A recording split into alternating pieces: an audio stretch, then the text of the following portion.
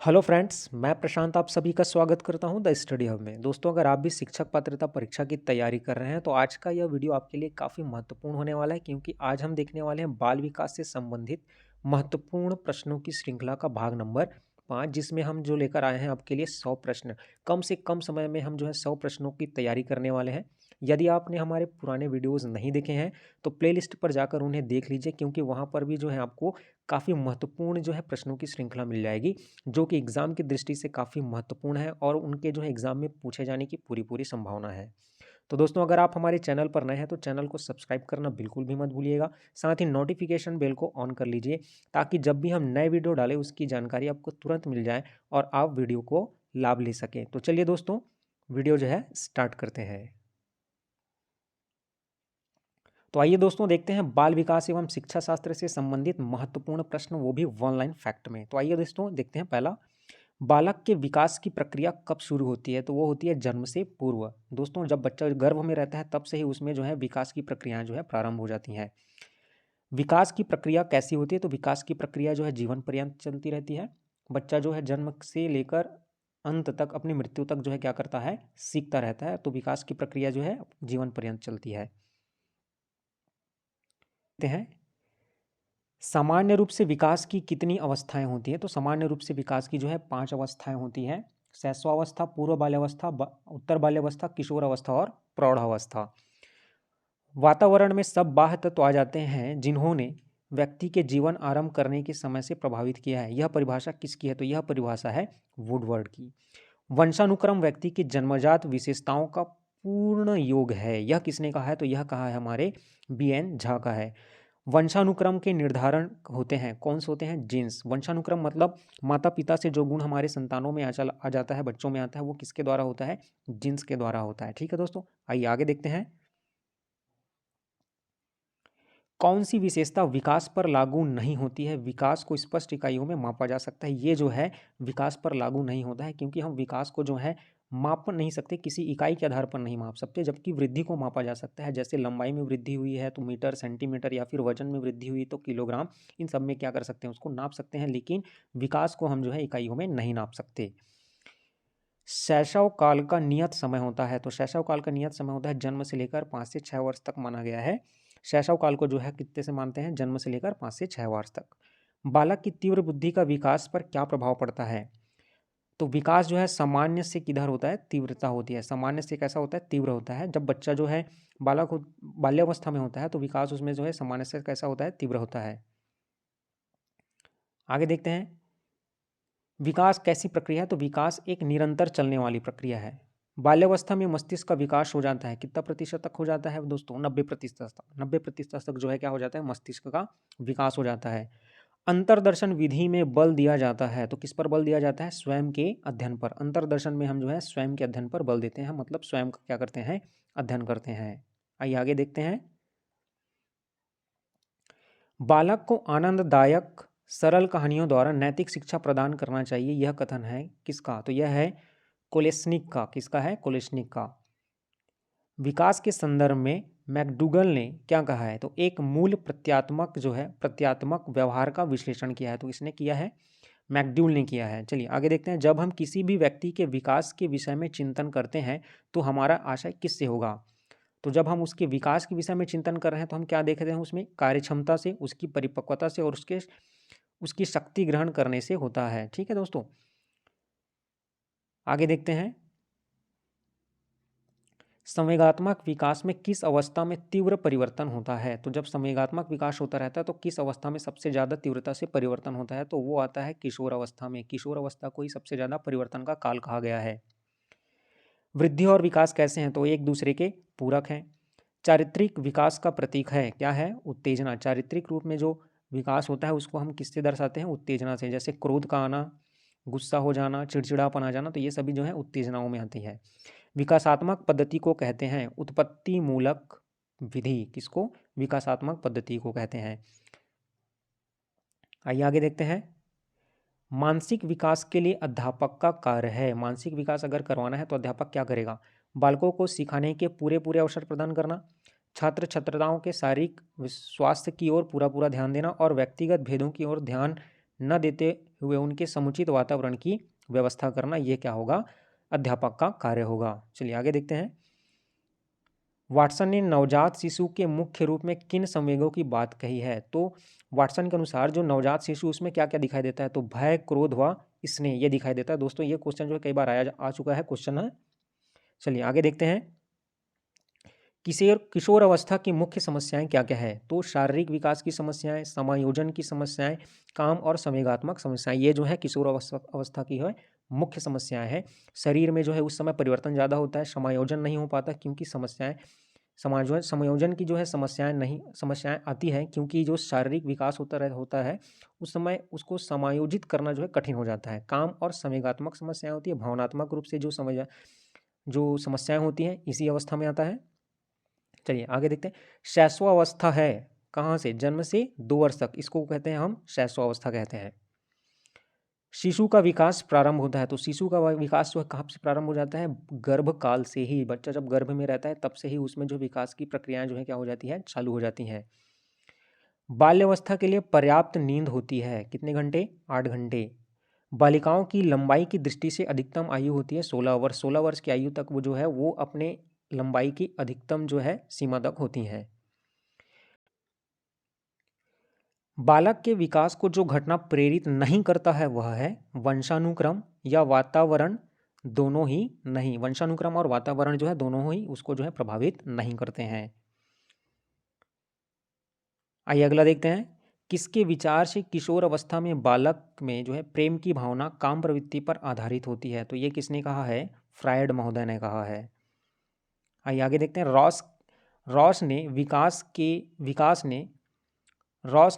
के विकास क्रम के अंतर्गत किशोर अवस्था का काल निर्धारित किया है, कितना है? 12 से लेकर 18 वर्ष। तो रॉस महोदय के अनुसार जो है किशोर अवस्था कहाँ से कहाँ तक होता है? 12 वर्ष से लेकर 18 वर्ष तक होता है।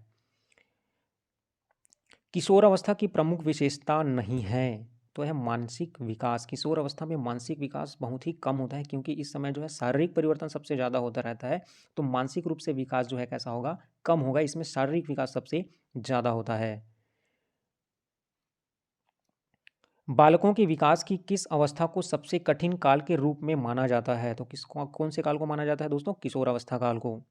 उत्तर बाल्यकाल का समय कब होता है? 6 से लेकर 12 वर्ष को कहा जाता है। तो दोस्तों पूर्व बाल्यकाल कौन सी अवस्था तक कहा जाता है? आप कमेंट बॉक्स में लिखकर ज़रूर बताइए और साथ ही यदि हमारे चैनल पर नए हैं तो चैनल को सब्सक्राइब करना बिल्कुल भी मत भूलिएगा। आइए आगे देखते हैं। बालक की प्रमुख विशेषता नहीं है अंतर्मुखी व्यक्तित्व। तो बच्चे जो हैं अंतर्मुखी व्यक्तित्व के नहीं होते हैं, वे बाह्यमुख होते हैं क्योंकि वे वातावरण आसपास के लोगों व अपने समाज से जो है सीखने का क्या करते हैं? प्रयास करते हैं। संवेगात्मक विकास में किस अवस्था में तीव्र परिवर्तन होता है? तो वो किस में होता है? किशोर अवस्था में। ये क्वेश्चन जो हम पहले ही देख चुके हैं। चलिए विकासवाद के समर्थक हैं डीके एवं बुश, गाल्टन और डार्विन। तो ये जो है तीनों जो हैं किसके समर्थक हैं? विकासवाद के समर्थक हैं। तो दोस्तों रचनावाद के समर्थक कौन कौन है ये आप हमें कमेंट बॉक्स में लिखकर बताइए। विकास का तात्पर्य है वह प्रक्रिया जिसमें बालक परिपक्वता की ओर बढ़ता है। जिसमें बालक जो है परिपक्वता की ओर बढ़ता है उसे हम क्या कहते हैं? विकास कहते हैं। एज ऑफ प्यूबर्टी क्या कहलाता है? ये कहलाता है पूर्ण किशोर अवस्था। व्यक्ति के स्वाभाविक विकास को कहते हैं अभिवृद्धि। जो स्वाभाविक विकास होता है जो सभी बच्चों में नॉर्मली होता रहता है उसे हम क्या कहते हैं? स्वाभाविक वृद्धि कहते हैं। बालक के विकास की प्रक्रिया एवं विकास की शुरुआत होती है कब से? जन्म से पूर्व। जन्म से पूर्व ही बच्चे में विकास की प्रक्रिया जो कैसी हो जाती है? शुरू हो जाती है। विकास के परिणामस्वरूप व्यक्ति में नवीन विशेषताएं और नवीन योग्यताएं जो हैं प्रकट होती है। यह कथन किसका है? तो यह कथन है हरलॉक महोदय ने कहा है। ये कि बच्चों में जो है नवीन विशेषताएं और नवीन योग्यताएं क्या होती हैं? प्रकट होती हैं। किसके फलस्वरूप? विकास के फलस्वरूप। चलिए आगे देख लेते हैं। शैक्षिक दृष्टि से बालक की विकास की कितनी अवस्थाएं हैं? यहाँ पे दोस्तों पूछा गया है शैक्षिक दृष्टि से पूछा गया है। तो शैक्षिक दृष्टि से 3 है, शैशवावस्था, बाल्यावस्था और किशोर अवस्था। लेकिन यदि किसी वैज्ञानिक का नाम के आधार पर पूछा जाएगा, जैसे अगर आपने पूछ दिया कि रॉश के आधार पर, तो रॉश के आधार पर जो है टोटल जो है कितनी अवस्थाएं हैं? 4 अवस्थाएं हैं। लेकिन यहाँ पर शैक्षिक दृष्टि से पूछा गया तो शैक्षिक दृष्टि से कितना आ जाएगा? 3 आ जाएगा। चलिए अगला देखते हैं। स्किनर का मानना है कि विकास के स्वरूपों में व्यापक व्यक्तिक भिन्नताएं होती हैं। यह विचार विकास के किस सिद्धांत के संदर्भ में है? किस सिद्धांत में है? तो क्या हो जाएगा? व्यक्तिगत विभिन्नता का सिद्धांत। मनोविश्लेषणवाद, फिजिको एनालिसिस में के जनक कौन है? तो इसके जनक जो हैं फ्रायड हैं। मुझे बालक दे दीजिए, आप उसे जैसा बनाना चाहते हैं मैं उसे वैसा ही बना दूंगा। यह कथन किसने कहा है? वॉटसन ने कहा है। चलिए अगला देख लेते हैं। सिगमंड फ्रायड के अनुसार निम्न में से मन की 3 स्थितियां हैं, कौन कौन सी हैं? तो चेतन, अर्धचेतन और अचेतन। ये जो है कितनी अवस्थाएं हैं? 3 अवस्थाएं हैं। किसके आधार पर? सिगमंड फ्रायड के अनुसार पर। आइए आगे देखते हैं। आईडी, ईगो एवं सुपर ईगो को मानव की संरचना का क्या अभिन्न भाग माना जाता है? ये किसने कहा है? फ्रायड महोदय ने कहा है। आगे देखते हैं। केवल 2 प्रकार की मूल प्रवृत्तियां हैं, मृत्यु एवं जीवन। यह विचार भी किसका है? फ्रायड का है। तो दोस्तों फ्रायड के बारे में जरूर पढ़िएगा, क्योंकि फ्रायड जो है बाल विकास से संबंधित बहुत ही बड़े जो है मनोवैज्ञानिक हैं। इनका जो कथन और इनकी जो प्रक्रियाएं जो हैं, उन्होंने जो बताया है बच्चे कैसे सीखते हैं, ये जरूर आता है। चलिए आगे देखते हैं। रुचियों, मूल प्रवृत्तियों एवं स्वाभाविक संवेगों का स्वस्थ विकास हो सकता है यदि वातावरण जिसमें वह रहता है और वह कैसा हो? स्वस्थ हो। यदि वातावरण जो है कैसा हो? स्वस्थ हो, तो वो जो है उनकी मूल प्रवृत्तियों एवं स्वाभाविक संवेगों का कैसा विकास होगा? स्वस्थ विकास होगा। मूल प्रवृत्ति की प्रमुख विशेषताएं पाई जाती है। मूल प्रवृत्तियों की क्या विशेषताएं हैं? समस्त प्राणियों में पाई जाती है। जन्मजात और कैसा होता है? प्रकृति प्रदत्त होता है। तो सभी व्यक्तियों में जो है, सभी जीवों में जो है जन्मजात और प्रकृति से प्रदत्त होता है। कौन सी प्रवृत्तियां?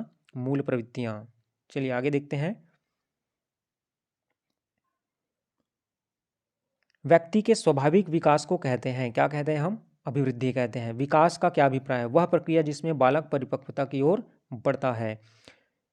संवेग शरीर की जटिल जटिल दशा है जिसमें श्वास, नाड़ी तंत्र, ग्रंथियां, मानसिक स्थिति, उत्तेजना, अवबोध आदि का जो है अनुभूति प्रभाव अनुभूति पर पड़ता है तथा पेशियां निर्दिष्ट व्यवहार करने लगती हैं। यह कथन किसका है? तो यह कथन है ग्रीन का।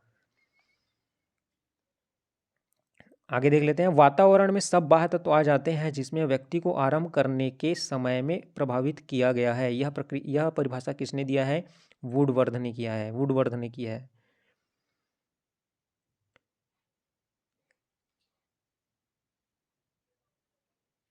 विकास के परिणामस्वरूप व्यक्तियों में नवीन विशेषताएं और नवीन योग्यताएं प्रकट होती हैं। यह कथन किसका है? हॉरलॉक का है। शैक्षिक दृष्टि से बालक के विकास की कितनी अवस्थाएं हैं? 3 अवस्थाएं हैं, शैशवावस्था, बाल्यावस्था और किशोरावस्था। ये क्वेश्चन हम पहले भी देख चुके हैं। शैशवावस्था की प्रमुख मनोवैज्ञानिक विशेषताएं क्या क्या हैं? तो यह होगा मूल प्रत्यात्मक व्यवहार। शैशवावस्था में सीखने की प्रक्रिया का स्वरूप कैसा होता है? सीखने की प्रक्रिया में कैसी होती है? तीव्रता होती है। शैशवावस्था में बालक जो है बहुत अत्यधिक तीव्रता से क्या कर सकता है? सीख सकता है। चलिए आगे देख लेते हैं। बाल्यावस्था का समय है, तो बाल्यावस्था जो है 5 से लेकर 12 वर्ष तक को माना गया है। बाल्यावस्था की प्रमुख मनोवैज्ञानिक विशेषता क्या है? तो सामूहिकता की भावना प्रमुख विशेषता यही है। बाल्यावस्था में बच्चे जो है ग्रुप में रहना जो है पसंद करते हैं। बाल्यावस्था में सामान्यतः बालक की व्यक्तित्व कौन से व्यक्तित्व का होता है? बहिर्मुखी व्यक्तित्व का होता है। वो जो है बच्चा जो है बाहर वातावरण में ज़्यादा घुलना मिलना पसंद करता है, सामाजिक रूप से ज़्यादा सीखता है। बालक में शिक्षा का स्वरूप होना चाहिए सामूहिक खेलों एवं रचनात्मक कार्यों के माध्यम से शिक्षा दी जानी चाहिए। तो बच्चे को कैसे शिक्षा देनी चाहिए? खेलों के माध्यम से, रचनात्मक कार्यों के माध्यम से शिक्षा देना चाहिए। आइए अगला प्रश्न देख लेते हैं। मानव की वृद्धि एवं विकास की प्रक्रिया जो है निम्न में से किस सिद्धांत पर आधारित है? विकास एवं वृद्धि की प्रक्रिया। तो विकास की दिशा का सिद्धांत, परस्पर संबंध का सिद्धांत और व्यक्तिगत भिन्नताओं के सिद्धांत पर जो है मानव के जो है वृद्धि एवं विकास की प्रक्रियाएं जो है सिद्धांत पर आधारित है। बालक की अभिवृद्धि जैविकी नियमों के अनुसार होती है। यह कथन है किसका? हॉरलॉक का।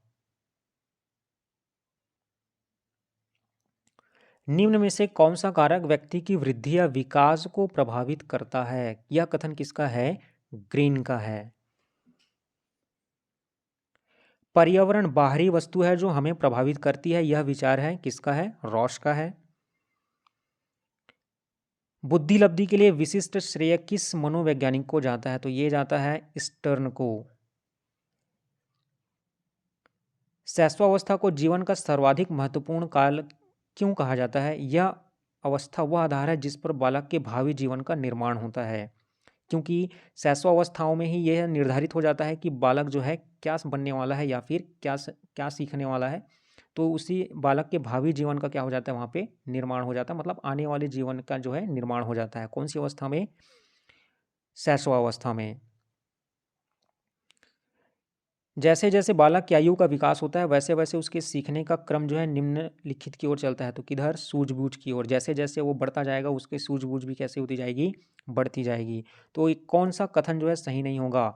तो विकास जो है संख्यात्मक है, यह जो है सही नहीं है। कौन सा कथन जो है सही होगा? वो है वृद्धि जो है विकास को प्रभावित करती है। अगर ज़्यादा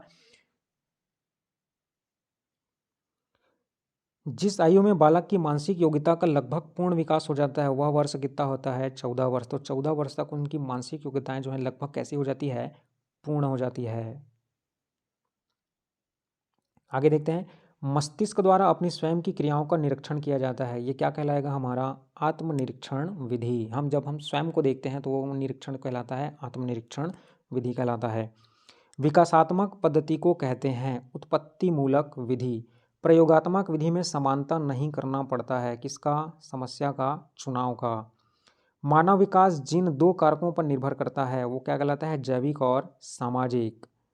शिक्षक बालक की पाठ में रुचि उत्पन्न कर सकता है किसके द्वारा? संवेगों के द्वारा। बट शिक्षक जो है भाव उत्पन्न करके क्या कर सकते हैं? पाठ में रुचि उत्पन्न कर सकते हैं। जैसे यदि कहीं पर जो है हंसी वाला पात्र आ गया तो वहाँ पर हंस के बताएगा, कहीं पर रोने वाला पात्र आ गया तो बहुत दुखी होकर बताएगा। तो संवेगों के माध्यम से क्या कर सकते हो आप? बच्चों में जो है रुचि उत्पन्न कर सकते हैं। आइए आगे देख लेते हैं। व्यक्तिक भेदों का अध्ययन तथा सामान्यीकरण का अध्ययन किया जाता है। किसके द्वारा करते हैं हम? विभेदात्मक विधि के द्वारा। एक माता पिता से अलग अलग रंग की संतान पैदा हो सकती है क्यों? जीवन कोष जो है कारण, जीवन कोष की वजह से क्या होते हैं? माता पिता के जो हैं बच्चे जो हैं अलग अलग रंग के हो सकते हैं। बाल विकास को सबसे अधिक प्रेरित करने वाला प्रमुख घटक क्या है? वो है वातावरण। बाल विकास को प्रेरित करने वाला घटक नहीं है, वो है भवन। जैसे स्कूल का भवन या फिर आपके घर का भवन है, वो जो है विकास को प्रेरित करने वाला नहीं है। वातावरण के अंतर्गत क्या क्या आ सकते हैं? तो हवा, प्रकाश, जल, हमारे आसपास के चारों वातावरण जो है, चारों ओर का वातावरण है, वो सभी जो है वातावरण जो है वातावरण के अंतर्गत शामिल है। कितने माह का शिशु जो है प्रौढ़ व्यक्ति की मुद्रा देखकर पहचानने लग जाता है? तो 4 से 5 महीने का शिशु। आइए आगे का प्रश्न देखते हैं। मानसिक विकास के लिए अध्यापक का कार्य है बालकों को सीखने के पूरे अवसर प्रदान करना, छात्राओं के शारीरिक स्वास्थ्य की ओर पूरा ध्यान देना, व्यक्तिगत भेदों की ओर ध्यान रखते हुए समुचित वातावरण की व्यवस्था करना। शैशवावस्था होती है, तो शैशवावस्था होती है जन्म से लेकर 5 वर्ष तक होता है। 7 वर्ष लिखा हुआ है लेकिन कितने वर्ष तक होता है? 5 वर्ष तक होता है। वाटसन ने नवजात शिशु के मुख्य रूप में किन समझों की बात की गई है? तो भय, क्रोध व स्नेह का। जब माता पिता के बच्चे उनके विपरीत विशेषताओं वाले विकास विकसित होते हैं तब यहाँ पर कौन सा सिद्धांत लागू होता है? तो यहाँ पर होता है प्रत्यागमन का सिद्धांत लागू होता है। समानता के नियम के अनुसार खालिस्तान जैसे होते हैं उनकी संतान भी होती है। तो जैसे माता पिता होते हैं वैसे ही उनकी संतान भी होती है। शिशु का विकास प्रारंभ होता है कब से? गर्भकाल से। सामाजिक स्थिति वंशानुक्रमणीय होती है कि नहीं होती? तो यह वंशानुक्रमणीय होती है। बालक की मूल शक्तियों का प्रधान कारक क्या है? वो है वंशानुक्रम, क्योंकि जो मुख्यतः जो मिलने वाली चीज़ें हैं वो हमको अपने वंशानुक्रम से ही मिलता है। आगे देखते हैं। वंश का बुद्धि पर प्रभाव देखने के लिए सैनिकों के वंशज का अध्ययन किया। किसने किया? गोडार्क ने किया है। किसने किया है? गोडार्ड ने किया है। मूल प्रवृत्ति का प्रतीक होता है, क्या होता है? संवेग। हमारी मूल प्रवृत्तियों में क्या है? जैसे रोना, हंसना और जो भाव हमारे हैं वो सभी किस में आते हैं? संवेग में आ जाते हैं, जिसमें घृणा शामिल है, शोक शामिल है और बहुत सारी हैं चीज़ें जो हैं संवेग में शामिल हैं। बाल विकास की दृष्टि से सर्वाधिक समस्या का काल होता है। तो सर्वाधिक समस्या का काल आप सभी जानते हैं किशोरावस्था है। बालक की अभिवृद्धि जैविकीय नियमों के अनुसार होती है, यह कथन है किसका? क्रोगमैन का है। आइए आगे देखते हैं। बालक के विकास को जो घटक प्रेरित नहीं करता है वह है वंशानुक्रम या फिर वातावरण, दोनों की नहीं। किसके विचार से शैशवावस्था में बालक प्रेम की भावना व फिर काम प्रवृत्ति पर आधारित होता है? वो होता है फ्रायड के अनुसार। वंशानुक्रम माता पिता के संतान को प्राप्त होने वाले गुणों का नाम है। यह परिभाषा किसने की दिया है? रूथ बेंडिक्ट की। आइए आगे देख लेते हैं। विकास के परिणामस्वरूप व्यक्ति में नवीन विशेषताएं और नवीन योग्यताएं प्रस्फुटित होती है, यह कथन किसका है? हॉरलॉक का है। तो ये कहाँ किसने कहा है? हॉरलॉक जी ने कहा है। वातावरण वह प्रत्येक वस्तु है जो व्यक्ति के जिन्स के अतिरिक्त प्रत्येक वस्तु को प्रभावित करती है, यह कथन किसने कहा है? एनास्टॉसी का है। वंशानुक्रम हमें विकसित होने की क्षमता प्रदान करता है, यह कथन किसने कहा है? लैडिस का है। ठीक है दोस्तों, तो यहाँ पर हमने कुल जो है लगभग 100 प्रश्नों को जो है देखने का प्रयास किया है। उम्मीद करता हूँ कि यह वीडियो आपको पसंद आया होगा। यदि आप इसे पूरे पढ़कर जाते हैं तो एग्ज़ाम हॉल में आपको काफ़ी मदद पहुँचेगा। आप ज़्यादा से ज़्यादा क्वेश्चन जो है सॉल्व कर सकते हैं। तो अगर आप हमारे चैनल पर नए हैं तो चैनल को सब्सक्राइब करना बिल्कुल भी मत भूलिएगा। साथ ही नोटिफिकेशन बेल को भी ऑन कर दीजिए और लाइक का बटन बिल्कुल भी दबा दीजिएगा। तो चलिए दोस्तों, मिलते हैं एक नई वीडियो में एक नई जानकारी के साथ। तब तक के लिए जय हिंद।